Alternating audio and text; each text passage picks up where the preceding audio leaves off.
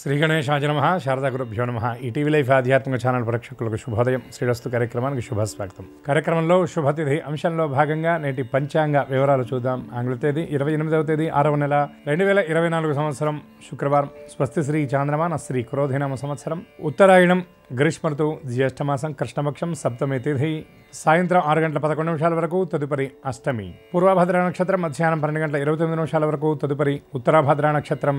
సౌభాగ్య యోగం రాత్రి 12 గంటల 14 నిమిషాల వరకు తదుపరి శోభన యోగం. విష్టికరణం ఉదయం 7 గంటల 25 నిమిషాల వరకు తదుపరి భవకరణం. ఇక నేటి వర్జ్యం రాత్రి 9 గంటల 24 నిమిషాల నుండి 10 గంటల 53 నిమిషాల వరకు. దుర్ముహూర్తం ఉదయం 8 గంటల 24 నిమిషాల నుండి 9 గంటల 15 నిమిషాల వరకు తిరిగి దుర్ముహూర్తం మధ్యాహ్నం 12 గంటల 40 నిమిషాల నుండి 1 గంట 31 నిమిషాల వరకు. అమృత ఘడియలు తెల్లవారుజామున 5 గంటల 1 నిమిషం నుండి 6 గంటల 30 నిమిషాల వరకు. రాహుకాలం ఉదయం 10:30 గంటల నుండి 12 గంటల వరకు. యమగండం మధ్యాహ్నం 3 గంటల నుండి 4:30 గంటల వరకు. ఇక నేటి తిదివార నక్షత్రాలను అనుసరించి చేయదగిన దేవతారాధన విషయాన్ని మనం విచారించినట్లయితే ఈనాడు తిథి సప్తమి తిథి.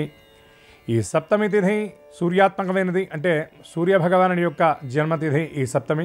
సవితృదేవత అయినటువంటి గాయత్రీదేవిని ఈ శుక్రవారం నాడు ఈ సప్తమి తిథి కలిసినటువంటి రోజున ఆరాధించడం చాలా విశేషం.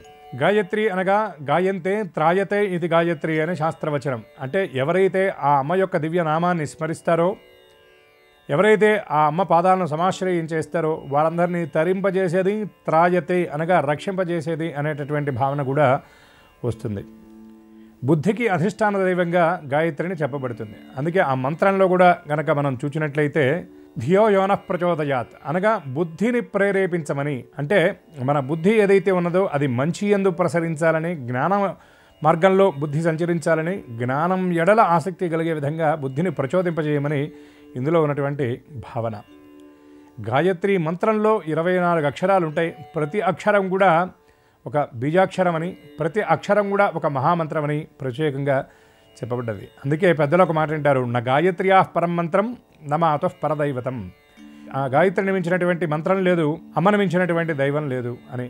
అయితే చాలామందికి ఉన్నటువంటి అపోహ ఏమిటి అంటే కొందరు మాత్రమే గాయత్రి మంత్రాన్ని పారాయణ అనుష్ఠానం చేయవచ్చా అని.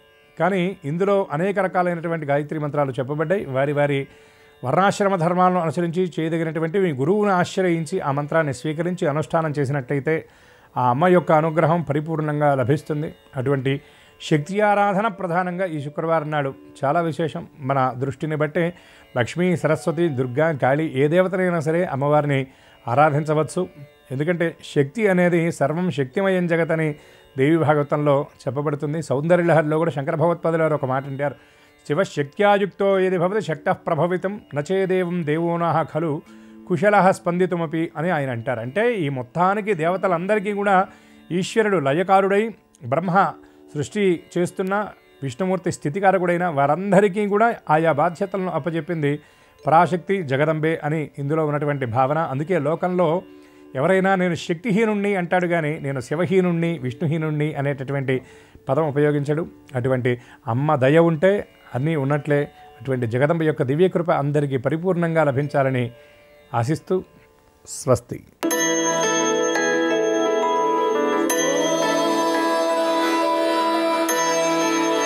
ఈటీవీ లైఫ్ ఆధ్యాత్మిక ఛానల్ ప్రేక్షకులందరికీ నమస్కారం. శ్రీరస్తు కార్యక్రమంలో గ్రహయోగం అంశానికి స్వాగతం. ఈనాటి గ్రహయోగం శీర్షికలో మేషాది ద్వాదశ రాశుల వారికి కలిగే శుభ అశుభ ఫలితాల్ని, అవసరమైన సందర్భాల్లో ప్రత్యామ్నాయ మార్గాల్ని తెలుసుకుంటారు. అంతేకాక ఏ రాశి వారికి ఈ రోజున ఏ దిక్ప్రయాణం లాభిస్తుందో, ఏ రాశి వారికి ఏ దైవ దర్శనం శుభ ఫలితాలని కలగచేయబోతుందో, ఏ రాశి వారు ఏ రంగు దుస్తుల్ని ధరించినట్లయితే సర్వ కార్యాలు శుభావహంగా పరిపూర్ణమవుతాయో, ఏ రాశి వారికి ఏ సంఖ్య ఈ రోజుకి మాత్రం అదృష్ట సంఖ్యగా పరిణమించబోతుందో ఆ విశేషాలని క్రమంగా తెలుసుకుంటారు. ముందుగా నేటి పంచాంగం. ఈరోజు బహుళ నవమి, శుక్రవారం. నక్షత్రం పూర్వభద్ర, మధ్యాహ్నం 12 గంటల 29 నిమిషాల వరకు తదుపరి ఉత్తరాభద్ర.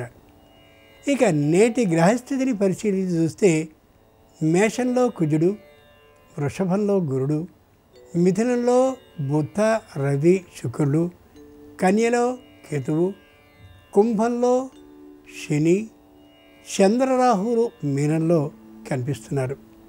ఈ గ్రహస్థితి ఆధారంగా ద్వాదశ రాశి వారి ఫలితాలని క్రమంగా చూద్దాం. ముందుగా మేషరాశి.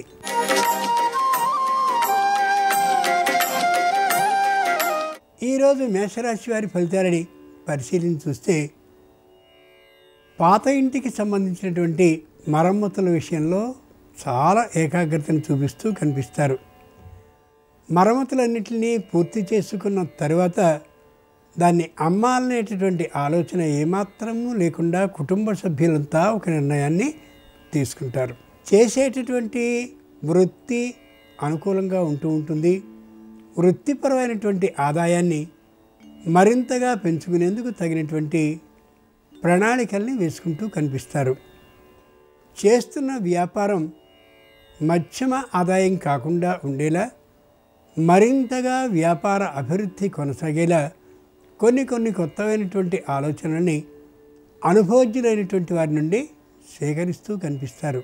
శుక్రవారం సందర్భంగా మేషరాశి వారు శ్రీ మహాలక్ష్మిని ఆరాధించినట్లయితే ధన ఆదాయ మార్గాలు తెలుస్తాయి. ఈశాన్య దిక్ప్రయాణం అనుకూలం. కలిసొచ్చే రంగు ఎరుపు. అదృష్ట సంఖ్య 2.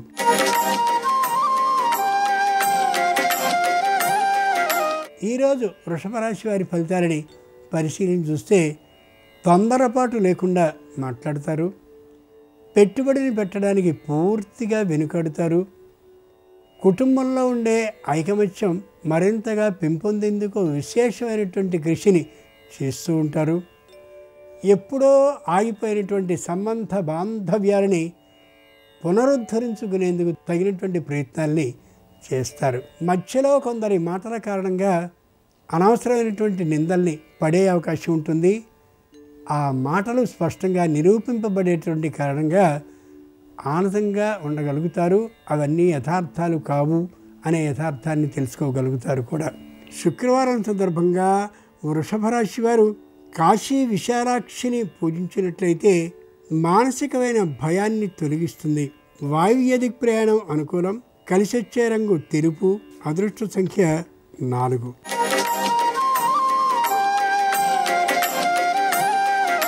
ఈరోజు మిథున రాశి వారి ఫలితాలని పరిశీలన చూస్తే ప్రతి పనిని కూడా ఇతరుల సహాయ సహకారాల మీదనే ఆధారపడి చేయాలనే ఆలోచనకు వస్తారు.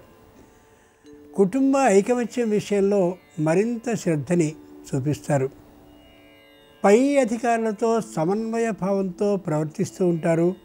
పై అధికారులు కూడా మరింత గౌరవభావంతో క్రింది ఉద్యోగులతో ఉంటారు. పారిశ్రామిక రంగానికి చెందినటువంటి వారు ఎవరితోనూ ద్వేషభావాన్ని కలిగి ఉండరు. విద్యార్థులు తమ విద్యా ప్రతిభని చూపించుకోవడం కోసం అనుకూలమైనటువంటి మార్గాల్ని మాత్రమే అనుసరిస్తారు. వ్యతిరేక పద్ధతుల్ని ఏమాత్రమూ ఆశ్రయించరు. శుక్రవారం సందర్భంగా మిథున రాశి వారు కనకదుర్గని పూజించినట్లయితే ధైర్యాన్ని అందిస్తుంది. ఆగ్నేయ దిక్ ప్రయాణం అనుకూలం. కలిసొచ్చే రంగు పసుపు. అదృష్ట సంఖ్య 9.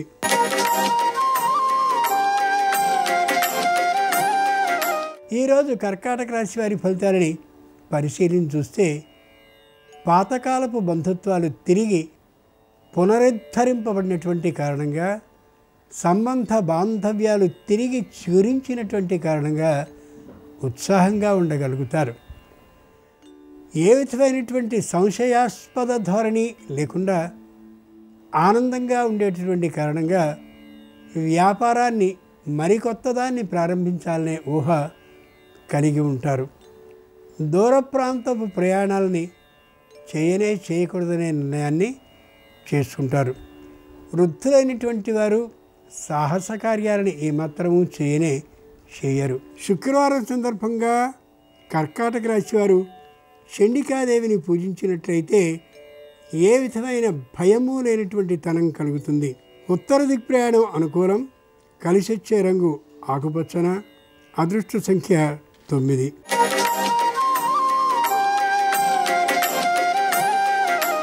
ఈరోజు సింహరాశి వారి ఫలితాలని పరిశీలించి చూస్తే ఏ విధమైన దుర్విమర్శ వారి మీద లేకుండా ఉండేలా ప్రవర్తనలో మార్పుని తెచ్చుకుంటారు. తీర్చవలసినటువంటి బకాయిలు ఏమున్నాయో వాటి గురించిన ఒక ప్రణాళికని వేసుకుని క్రమబద్ధంగా ఆ ప్రణాళికని అమలు చేస్తూ కనిపిస్తారు.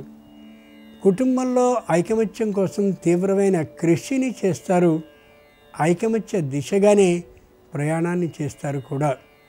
అన్నదమ్ముల మధ్య, అప్పచెల్లెల మధ్య కుటుంబపు ఆస్తి పంపకాల విషయం ఏమాత్రమూ రాదు. ఆ ఆలోచన కూడా కలగదు. ఇంటికి వచ్చినటువంటి బంధువులు కానీ, మిత్రులు కానీ, శ్రేయోభిలాషులు కానీ ఆస్తి పంపక విషయాలు తెర మీదికి తెస్తే వారిని గట్టిగా మందలించడానికి వెనుకాడరు కూడా.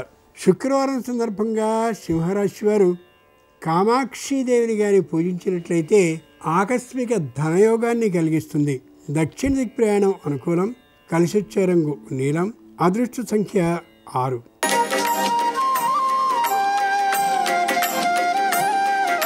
ఈరోజు కన్యారాశి వారి ఫలితాలని పరిశీలించి చూస్తే ప్రతి విషయంలోనూ ఆచి తూచి వ్యవహరిస్తారు. ఏ మాట మాట్లాడినప్పటికీ కూడా ఏ దుష్ఫలితం వస్తుందో అనేటటువంటి మనోభయంతోనే ఉంటారు. తల్లిదండ్రులిద్దరి ఆరోగ్యం విషయంలో తీవ్రమైనటువంటి శ్రద్ధని పాటిస్తూ ఉంటారు. తాత్కాలికమైనటువంటి అనారోగ్యం కలిగినా కూడా వెంటనే పెద్ద వైద్యునికి చూపించుకునే ఆలోచనతోనే ఉంటారు. దూర ప్రాంతంలో ఉన్నటువంటి సంతానం తల్లిదండ్రుల్ని తొందర కాలంలోనే వచ్చి చూస్తూ ఉండేటటువంటి కారణంగా వృద్ధుల ఆరోగ్యాలు మరింత పెరిగే అవకాశం గోచరిస్తోంది. శుక్రవారం సందర్భంగా కన్యారాశి వారు పార్వతీదేవిని పూజించినట్లయితే దాంపత్య ఆనుకూల్యం ఏర్పడుతుంది. ఈశాన్య దిక్ ప్రయాణం అనుకూలం. కలిసొచ్చే రంగు నలుపు. అదృష్ట సంఖ్య 8.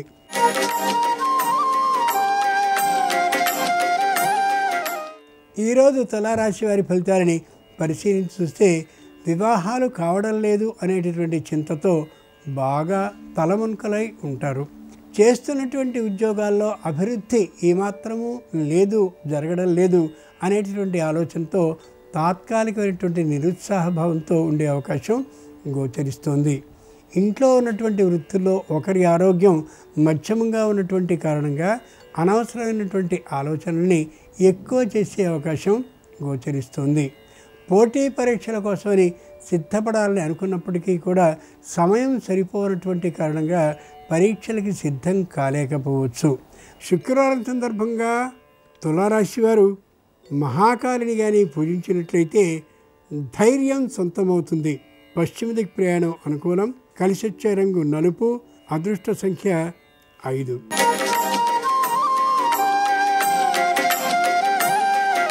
ఈరోజు వృశ్చిక రాశి వారి ఫలితాలని పరిశీలన చూస్తే శారీరకమైనటువంటి అనారోగ్యం కొద్దిగా పెరిగే అవకాశం గోచరిస్తోంది. కేవలం ఆరోగ్యానికి సంబంధించినటువంటి శ్రద్ధని సక్రమంగా తీసుకోకపోవడం మాత్రమే దీనికి కారణం. దూరభార ప్రయాణాలని పూర్తిగా మానుకున్నప్పటికీ కూడా నడుముకి సంబంధించిన, అలాగే చీలమండలకు సంబంధించిన, శ్వాసకోశానికి హృదయానికి సంబంధించిన అనారోగ్యం అలా పెరుగుతూనే ఉంటుంది. వైద్య పరీక్షను చేయించుకోవడం ఎంతైనా అవసరం. దూరభార ప్రయాణాలు మానుకున్నప్పటికీ కూడా నిజానికి ఆరోగ్యం సక్రమంగా ఉండవలసినా కూడా మానసిక అనారోగ్యం కారణంగా శారీరక అనారోగ్యం పెరిగే అవకాశం గోచరిస్తుంది. శుక్రవారం సందర్భంగా వృశ్చిక రాశి వారు భవానీదేవిని పూజించినట్లయితే భోగ శక్తి కలుగుతుంది. అనుభవించగలిగినటువంటి ఆనందం కలుగుతుంది తాము ఆర్జించినటువంటి ధనాన్ని. వాయువ్య ప్రయాణం అనుకూలం. కలిసొచ్చే రంగు నీలం. అదృష్ట సంఖ్య 4.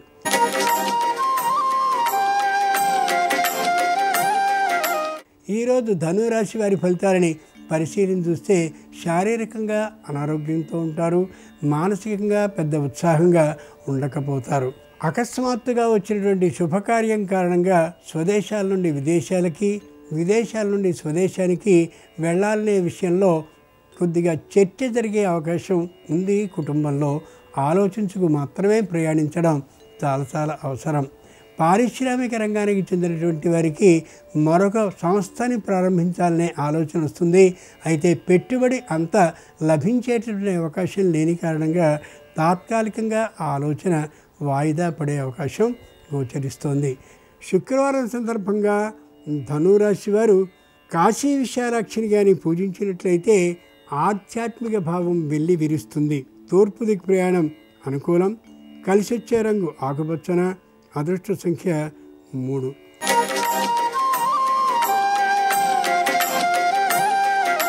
ఈరోజు మకర రాశి వారి ఫలితాలని పరిశీలించి చూస్తే దూర ప్రాంతాలకి వ్యాపార నిమిత్తం పెడతారు. మధ్యమంగా కలిసి వచ్చేటువంటి అవకాశం గోచరిస్తుంది.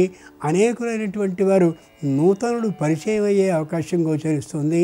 వాళ్ళు వ్యాపారాన్ని మరింత పెంచేటటువంటి దిశగా ఉన్న అభిప్రాయాన్ని వ్యక్తీకరించడం కూడా అనిపించవచ్చు. ఏమైనప్పటికీ కూడా కొత్త వారిని నమ్మరాదు అన్నట్టుగా వెంటనే విశ్వసించడం ఏమాత్రము సరైన అంశం కాకపోవచ్చు. రుణాన్ని ఇయ్యవలసినటువంటి అవసరాన్ని ఏమాత్రము తెచ్చుకోకూడదు. రుణాన్ని తాము ఇయ్యవలసి వచ్చినట్లయితే దానికి సంబంధించిన ప్రణాళికని వేసుకుని తీర్చడం మంచిది. ప్రభుత్వ రంగ సంస్థకి సంబంధించినటువంటి రుణాన్ని తీసుకోవడమే చాలా చాలా మంచిది తప్ప ప్రైవేటు వ్యక్తుల నుంచి తీసుకోవడం వల్ల మానసికమైనటువంటి ఇబ్బందితో పాటు వ్యవహారం మరొక తీరుగా సాగే అవకాశం గోచరిస్తోంది.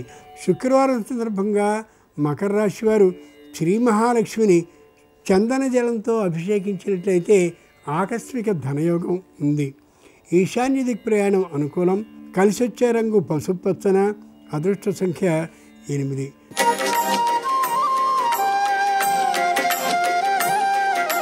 ఈరోజు కుంభరాశి వారి ఫలితాలని పరిశీలించి చూస్తే మానసికంగా నిరుత్సాహంగా ఉంటారు. శారీరకంగా కూడా ఉత్సాహంగా ఉండరు. తాత్కాలిక అనారోగ్య భావంతో ఉంటారు. అనుకున్నటువంటి ప్రయాణాలు లాభకరమైనటువంటి అకస్మాత్తుగా వాయిదాలు పడిపోతూ ఉండడంతో మరింత దిగులుతనంతో ఉండే అవకాశం గోచరిస్తుంది. తమకున్నటువంటి పొలాలకి సంబంధించిన సరిహద్దుల్ని 1-2 మార్లు జాగ్రత్త చేసుకోవడం అవసరం. పత్రముఖంగా ఉన్నది లేనిది పరిశీలించుకోవడం కూడా అవసరమే. ముఖ్యంగా విద్యార్థులు తమకి సంబంధించినటువంటి చదువుకి సంబంధించిన డిగ్రీ పత్రాలని ఓ చోట భద్రపరచుకోవడం ఎంతైనా అవసరం. ఇంట్లో ఉండేటటువంటి వారందరికీ ఐకమత్య భావన చాలా చక్కగా ఉంటుంది. మాట తొందరతనం ఏమాత్రము ఉండదు. అయితే కుటుంబంలో గుంఫన అనేది తాత్కాలికంగా ఉండకపోవచ్చు. కుటుంబ ఐకమత్యం ఉన్నప్పటికీ కూడా ఎవరి నుండో ఒకరి నుండి విశేషాలన్నీ బయటికి వెళ్ళిపోయేటటువంటి తనం గోచరిస్తుంది. శుక్రవారం సందర్భంగా కుంభరాశి వారు లలితా పరాభట్టారికని పంచామృత స్నానాన్ని కానీ చేయించినట్లయితే సంపూర్ణమైనటువంటి ఆనంద విధానాన్ని కలిగిస్తుంది. ఉత్తర దిక్ ప్రయాణం అనుకూలం. కలిసొచ్చే రంగు తెలుపు. అదృష్ట సంఖ్య 1.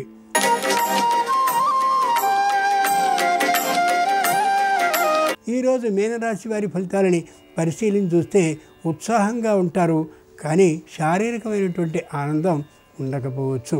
ఉద్యోగాన్ని చేస్తూ ఉంటారు, కానీ పై అధికారులతో సమన్వయ భావం లేకపోవచ్చు.